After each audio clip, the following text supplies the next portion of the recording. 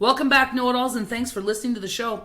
Your support is awesome. Please continue to follow us on Instagram and Facebook. Remember to subscribe to the podcast so you don't miss an episode when it gets released. You can find us on all social media platforms under the name Answers for Everything Podcast. Use that same name on whatever podcast app that you use. We should be there. If we are not, let us know and we'll make it right.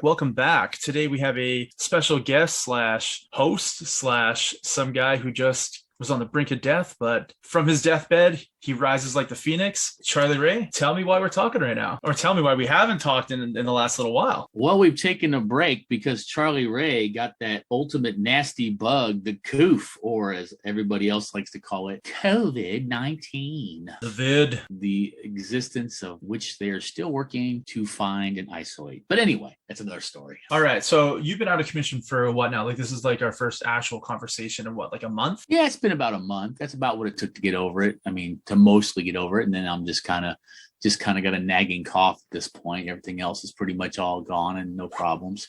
So with any other illnesses in your entire life, have you ever had a month recuperation and still have a nagging cough? Or is this like something you've never experienced this before, have you? I've had situations where I've had a nagging cough that's gone on for a couple of months. But, you know, the thing is for me, in the last almost 30 years, whatever reason, I've been pretty good about not ever either catching anything or my immune system just kicked its ass as soon as it said hi. So well, that's a good thing. Yeah, this is probably one of the only times where I've actually had a fever since more than 20 years ago, at least any kind of major fever. So let take us back to when you were living your life. You know, you're flying to Phoenix, you're going to like a G.I. Joe fest down in Atlanta. You're just living your life. You're eating out, you're hanging out like at your house. And then one day you just wake up and say, fuck, I am not going to work. Was it like that? Not exactly. I had gone down to Augusta, Georgia to the Joe Fest 2021.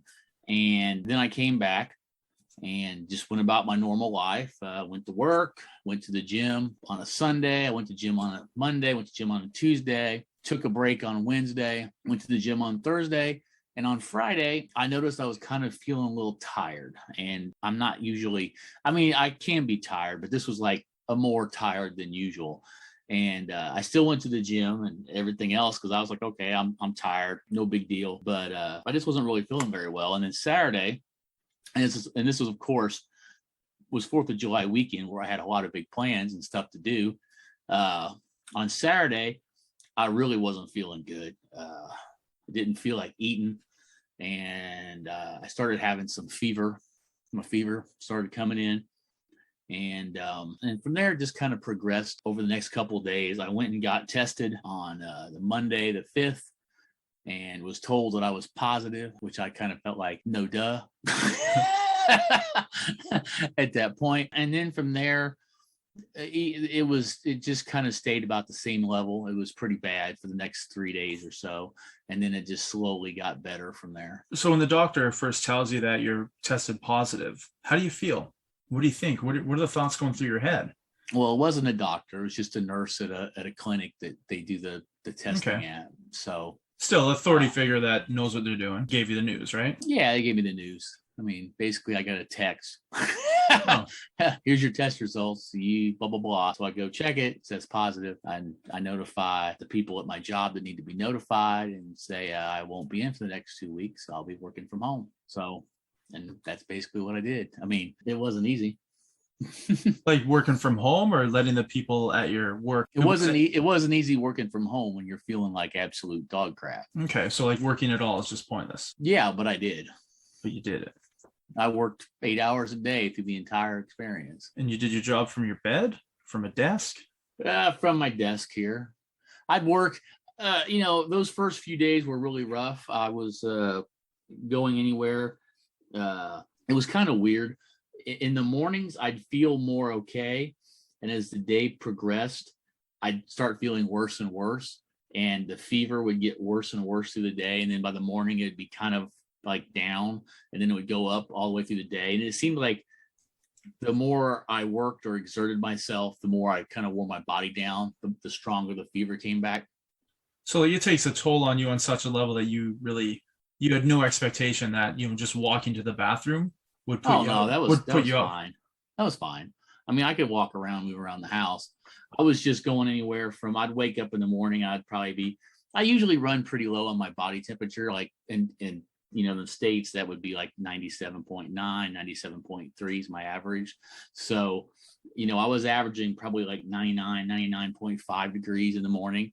But by the end of the day, I was like 101, 102, pretty high for me. And highest I ever got was about 102.5.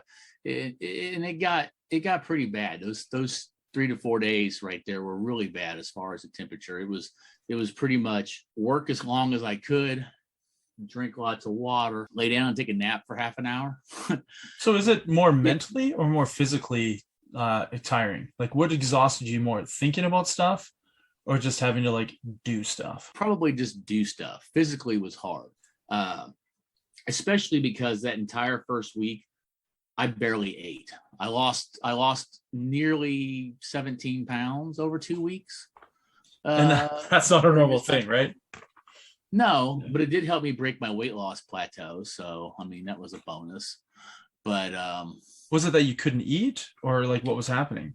I didn't feel like eating. I did lose kind of a little bit of taste for a little while, but for not very long. Nothing sounded good. Nothing in my body. What I eventually did, I really didn't eat very much for like literally 3 or 4 days. Like I'd have like a string cheese stick.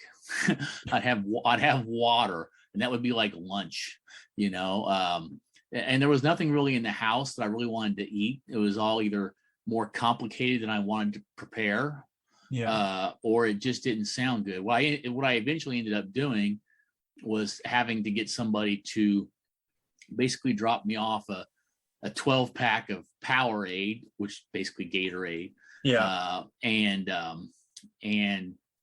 a whole bunch of chicken noodle soup. I ate nothing but chicken noodle soup for several days, with bone broth mixed in. I tried to get more salt in my diet. I got a little worried after about a week of just drinking nothing but water that without eating very much, all I was doing was there's a thing you can do if you drink too much water, that it causes an imbalance in your body, that because you're flushing out all your electrolytes, if you're not bringing in more, if you're not either taking an electrolyte supplement or you're not eating food that's got certain ingredients in it, you flush a lot of the sodium out of your body, you flush a lot of other things, and it can cause problems for your neural synapses communicating with each other, for example, is one of the problems it can cause. And so anyway, I was a little worried that because all I'd done was drink water for almost a week, just pure water, and I barely ate anything, is that I was feeling weak. Well, and there's a lot of reasons I was feeling weak. It could be because I wasn't eating anything. So basically I was fasting almost at the same time as going through that first week of trying to get through COVID. So were you given any advice on how to treat yourself, or were you just like do my own thing? So you didn't go to a doctor to get any sort of treatment? Nope. Is that a normal thing to? It is in my case. I just can't imagine. Like, I'm not feeling well, I go to the doctor, they give me a prescription, they tell me what to do, and then 3 or 4 days later I feel better. Yeah, I'm not like that. I tend to avoid doctors. There's probably been a couple times in my life where I didn't see a doctor for like 4 or 5 years. So what's the reason behind that? Like, why would that be a decision that you make? Like, what's your reasoning behind not wanting to see a doctor or not needing to? Just didn't feel like I needed to. I mean, if I didn't have any reason to that I felt warranted a doctor, I didn't need a doctor. Now, I will say, a couple of days into this, I was feeling bad enough, and as you asked me, as you mentioned earlier about how did your family take this? I mean, my mom was concerned enough. She thought I should go to the hospital, and I was like, If I crack 103, I might think about it. So, and Is there so I any, never. is there anything in particular that drives you to not make that call, to not do that drive, to not see a specialist, right? Just the fact that I kind of trust my body, and if my body tells me, hey, I don't think you can handle this, you need to go, then I'll go. But until it gets to that point, So I trust my body, and I trust my immune system to do what it's always done, which is get me through it. so your threshold is 103 degrees. If it hit 103, you'd be like, hell yeah, here we go, doctor, I'm coming.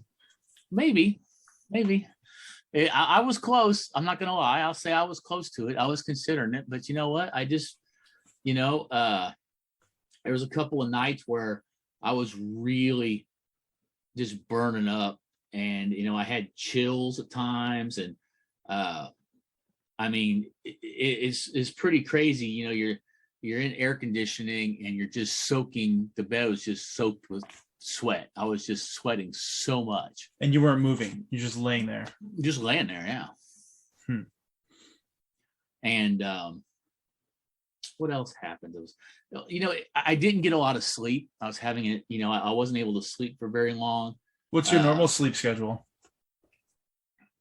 10 to 7, 11 to 7, somewhere around there. So you're a 7 to 9 hour a night guy. Yeah, if I can. Usually it's probably more like 7 hours, 7 to 8. Okay. But what was it during this time? Well, it was almost 14 hours a day. I was in bed, but that didn't, I was sleeping. Yeah. I couldn't always sleep. But you said you weren't sleeping, so you normally go from like 7 to 9 hours a night, but now you're getting way less, right? Yeah, you could say maybe way less, maybe not. I was getting smaller chunks.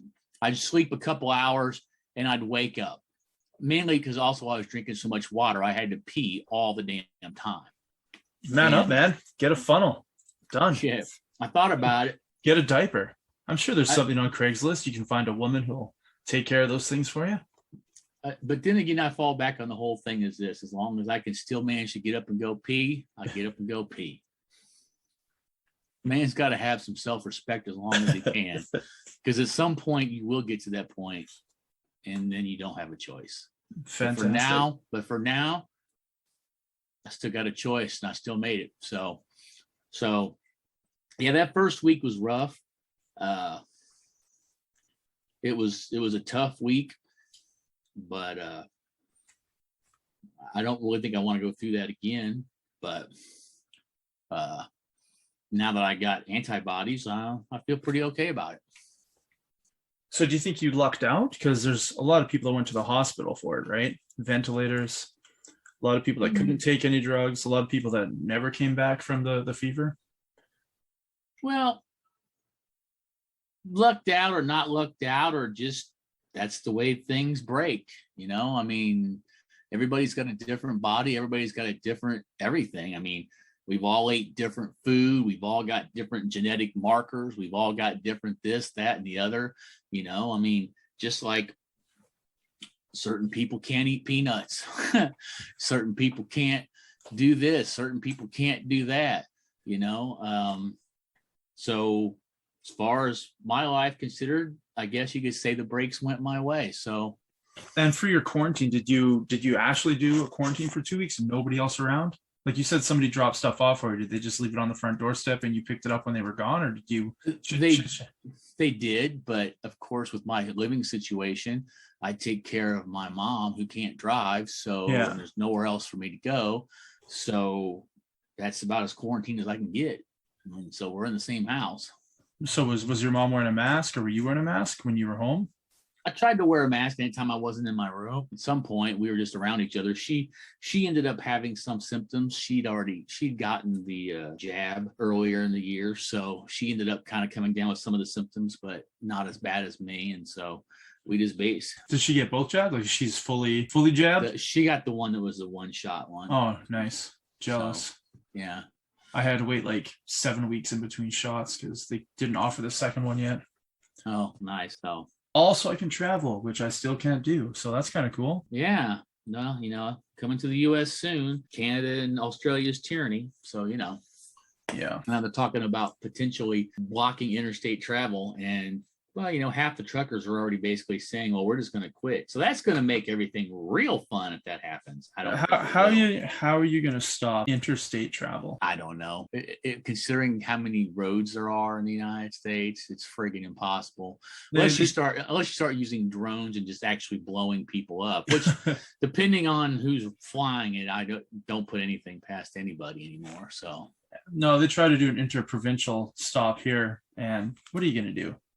Set up a roadblock and turn back everybody? And then what? The other 50 roads leading to that province, you're going to what? Just not block them? Come on.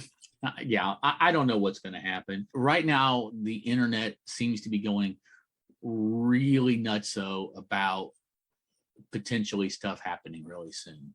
And it didn't help what the Department of Homeland Security posted this weekend on their website. So I'm sorry, I never pay attention. What did they post? Oh, basically at this point, they are really trying to put a lot of everything onto domestic terrorism and white supremacy and all these things. And I don't know, getting into American politics is a whole nother story. So maybe we should just stick to.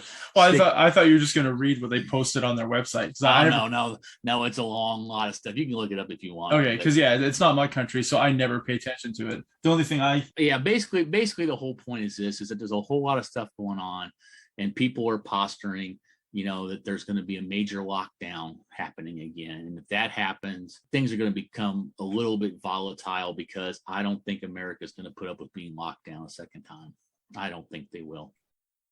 At least a good chunk of people won't. And I don't really want to see things get ugly. I hope things stay positive, but they're doing a really good job trying to force division in the United States. So that's all I'll say on that matter. So, well, let's move past the border and issues like that, and just kind of tell you how I've felt since I've been recovering from COVID. Okay. So the first couple of weeks, I was pretty much just worthless and just working to make sure that I, quote, didn't die. I wasn't really that worried about dying, but I mean, hey, I'm at the age, I'm older, I do have some, like they would call them comorbidity factors, as far as my weight goes, as far as, my blood pressure, things like that. So of course I have things to be worried about. So, I tried to make sure I kind of checked in with myself every day and said, okay, do you feel like you need to go to a hospital? Do you feel like you need to see a doctor? And I'm like, no, I feel like I'm going to get through this. Everything's fine. And after that first week, after all the fever issues, that's when I started getting more of the chest and breathing issues. Like I started not being able to take very deep breaths, and I started having like just kind of some chest pain and more of that. Got more of the cough. The whole time I was really fatigued, right? So that was about the first 2 weeks, and then I started getting better. And then I did my 2-week quarantine, and I actually went out a couple of times to the store to pick up some more supplies. I didn't go anywhere else. I just literally masked up, went into a store, grabbed the 2 things or whatever I need, and got the hell out. Right. For perspective, that's been how long? That was your first 2 weeks? 2 weeks. And so we're at like what, the 6-week mark right now from the first symptoms, you think?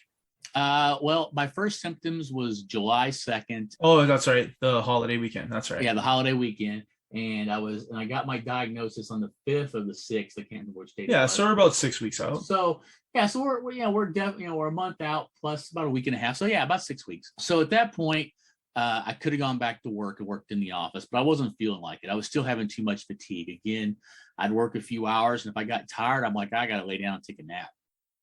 And I take a little nap, and I get back up, and I go back to work on my computer here at home. And so about 2.5 weeks, I went ahead and went into work on a Thursday. That was a struggle to get through the day. I was tired, wanted to take a nap. Same thing on Friday. What would your boss have done if you're like, I got to go take a nap? Do you think they'd let you?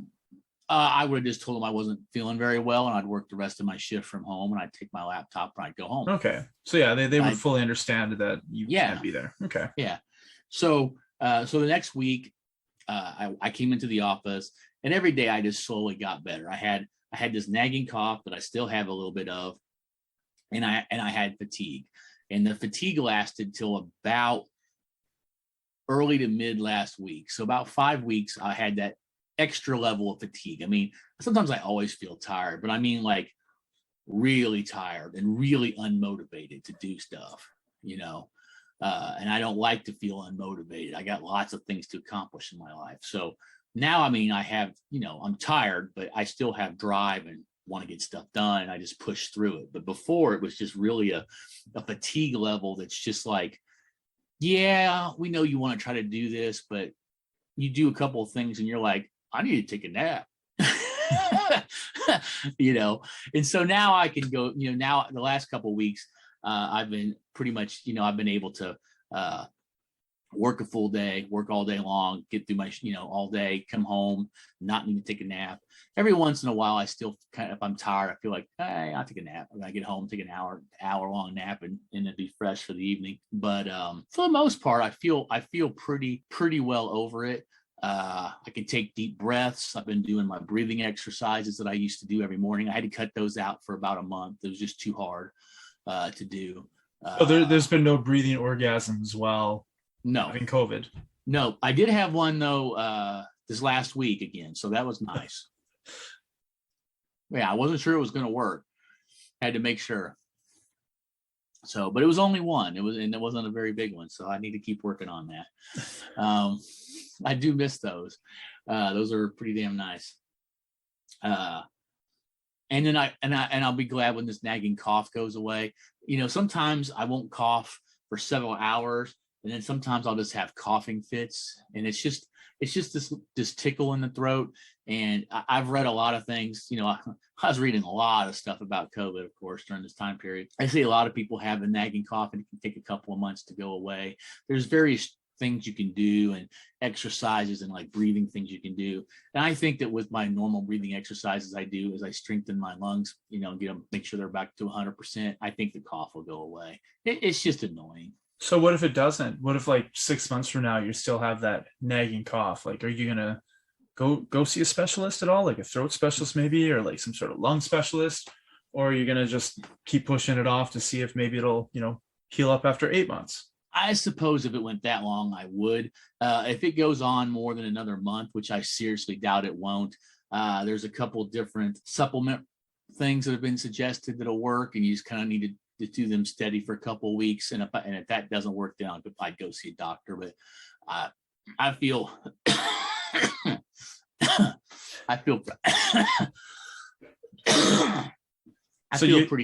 I feel pretty confident it'll be okay. So you think I'm going to edit that out, but I'm going to leave that in there so people can hear it. I want you to leave it in. That's why I didn't, you know, try to keep it completely suppressed. So yeah, like I said, it's just annoying. Like I said, sometimes I'll get into, you know, cough a couple, like a minute long, you know, it's just one of those things. It's kind of like, it's not like I'm coughing up, like, you know, when you're sick and you're coughing up, not to get too nasty here or graphic, but you know, when you're sick and you're coughing up stuff. Oh yeah, absolutely. Yeah. Right. There's nothing like that. It's just a dry cough. It's just like I get this tickle in the back of my throat, you know, and it's just like it won't go away. It's kind of like, you know, when you have like a something that like an itch and you don't scratch it and just kind of gets more and more annoying and you're like, God dang it, and then you scratch it. You know, that's what it is. It's like you keep getting a little bit of this tickle and a tickle.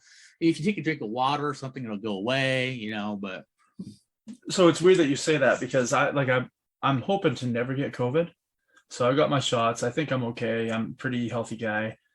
But a couple of years ago, it's happened, I think, 3 times now in the last 10 years where I'll have a nagging cough, but I won't even be sick. I won't even be like sick and then get the cough. I'll just get the cough. Right. So there's no runny nose, anything. And I've gone to the doctor. Like, you and I are very different. I'll go to the doctor and be like, hey, doc, give me something, hook me up, you know. But you and I live in 2 different countries, right? If I say, hey, doc, hook me up, it's going to cost me like $18 for the doc to hook me up. Whereas if you go to the doctor, what's that going to cost you for a doctor and a prescription? Well, it cost me $20 to go to the doctor. Yeah. And then just the prescription depends on what kind of medication it is, and if it's generic or if it's a name brand, you know, manufacturer or whatever. So, and then usually my insurance pays most of it. So most of my prescriptions, if I've ever got them, are $10 to $30. I mean, nothing. Okay. But I don't hardly ever get anything. So Yeah. But my doctor says, hey, so like you're not sick. I just want to let you know that you have something called a nasal drip. And I was like, yeah. nasal drip? He's like, yeah, you're gonna have to take this medication. I take it for like 5 days and I no longer have a cough. So I don't know what it is. I don't know what a nasal drip is. I'm not a doctor. But I remember dropping my kid off at gymnastics and some of the moms are sitting there talking. And the one's like, I have this nagging cough for like 2 months now and I'm not sick. I don't know what it is. I'm like, wait a minute, I can help you. So I explained what I went through. She's like, okay, I'll go check it out. So she went to the doctor the next day because like 2 days later at gymnastics, she comes up to me, she goes, hey, I no longer have that cough. The doctor said I had a nasal drip. Thank you. I was like, I don't know what to tell you. I went to the doctor because it was this cough that just wouldn't go away that came out of nowhere. And it didn't make me sick and I didn't have a runny nose or anything. It's just a cough, a dry cough. Just like you said, a little tickle. Just you feel it back there. And if I couldn't cough I couldn't speak like 8 or 9 words before having to cough. It's like I had to, every time I took a breath in while chatting, I would have to cough. And I was like, this isn't right. This isn't right at all. But yeah, the doctor hooked me up, and then apparently I hooked up one of the gymnastics moms. Now you're the nasal drip whisperer. I am the nasal drip whisperer. Yes, sir. I am. Probably one of the only other things you're going to have that drip, because the other thing that if it starts dripping, you get a more serious problem. It's true. I would probably just save it in a jar. I'm sure someone on eBay will go buy the drippings, right? Oh man. That's where do you think Blue Chef or Blue Apron gets all their sauces from? Yeah. Well, yeah. The thing is, like I said, basically I feel pretty good. Actually, a little bit glad that I went through it, because my body proved to me that I could take it. Now I know people that might listen to this podcast might get upset about this. I don't encourage or discourage you to make your own personal choices on this matter. I just chose to trust my immune system. See, I had this discussion the other day. They asked, why did you get your shots? Why'd you get your shots? I'm like, well, I plan on traveling because that's what I do. So I'm going to need these shots because that's the way the world's going. And I'm fine with that. I'm totally fine with that. But they said, yeah, but it's stupid. Like, why do you need your shots? I'm like, well, I'll put it this way. I'm not too worried about myself because I'm a healthy guy.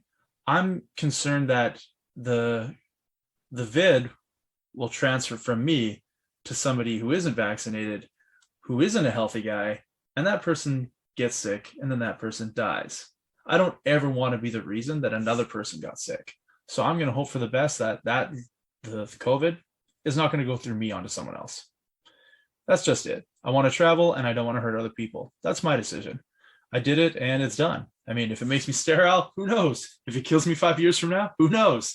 But for the time being, I'm not killing anyone and I'm ready to travel. So, well, I'm going to keep my opinion on that to myself as far as why I haven't, other than the fact that you don't want to share. You don't want to share at all. I would take this in an extremely dark place, and I really don't want to do that.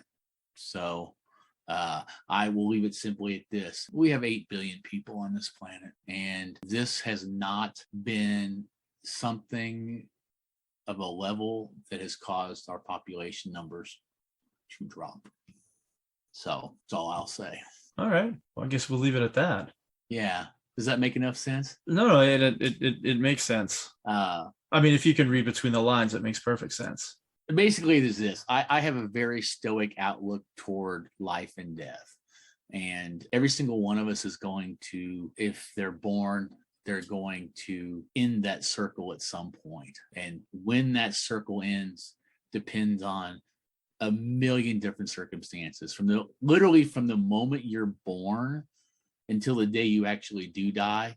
This planet is trying to kill you, and that might be your own poor choices. For example, if you decide not to wear a seatbelt, and you speed and you drink and you flip your car, in that case, I hope that there's no unlucky soul who was a passenger who didn't make that decision, or anybody else you impacted on it. But if you personally die from it, you made a poor choice, and that was what happened. I don't feel glad or sad. It just happened. I mean, I feel sad, for example, when somebody else made a poor choice and Still don't know what happened, how they distracted, but when they crossed the center line and hit my cousin's truck and flipped it and crushed the cab of the truck, that was not his choice. He didn't make a poor decision. He was just driving along the road. He was just doing his normal thing. Somebody else made a poor decision and cost him his life. Now, that person has to live with that. Maybe they're a callous person and it doesn't affect them at all. Maybe they're going to think about it every day of their life. Oh my God, I killed somebody. Maybe somebody, I don't know. I could go through a million examples. Like, yeah, no, I feel you. Yeah. I mean, I could mourn the hundreds of thousands of people who pass away from lots of illnesses every year. Thousands of people die from malaria, but we're not saying, hey, everybody move out of the areas where malaria is at. I mean, and everybody's going to get mad and get upset with me for saying these things, and I understand that you can be mad, but it's just my viewpoint on life and death. We're all headed there. I'm going to die one day. I don't feel particularly upset about that. I have no choice. We're not immortal. And I do have more of an issue with the potential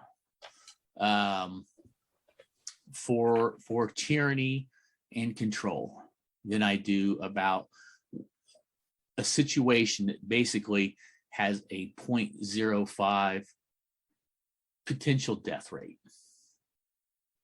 So there you have it. Yeah. So there you have it. There you have it. So there I went. I went a little bit, but not too dark. If I wanted to go dark, I'd say something like Sparta had the right idea. Yeah. Remove the weak. Yeah. Yeah. So, and I would have been one of them. More than likely. Oh, yeah. My eyesight alone, I would have been one of them. Oh, yeah. Done. I used to always joke about that. If I'd been born back in whatever days, I'd have been like, is that a dog or a saber tooth? I'm dead. Yeah. What happened to Charlie? Well, 10-year-old Charlie fucking can't see 20 feet. So guess what? When he thought his dog was out there, it was a saber-toothed tiger. He got eaten. So he won't be passing his nearsighted genes on. No, he won't. No, he won't. So, I'm not going to say I feel for everybody. I don't want anybody to die unjustly. I don't want anybody to die untimely. Admittedly, I still am a little curious when people are like 95 years old and they go, he died unexpectedly. Really unexpectedly. I've been expecting it for the last 20 years. What the fuck are you talking about? When my grandma passed away, she'd been ready to go for several years. She just wasn't going to take herself out, but she was ready to go. She's like, anytime, Lord. He passed unexpectedly at 101. Unexpectedly, huh? Okay. Yeah. My grandma's turning 100 in 2022, and that's pretty crazy. That's pretty cool. She's seen it all. She's done it all. And yeah, we're supposed to do a big birthday bash for her. So everybody's around her. They've all got the shots. They're trying to make sure, let Oma keep going for the next 9 months at least. Let's do this birthday party thing, right? Like, I'm pretty sure Oma thinks every day, like, wow, I've seen it all. I've done it all. If I don't wake up, I'm okay with that. Yeah.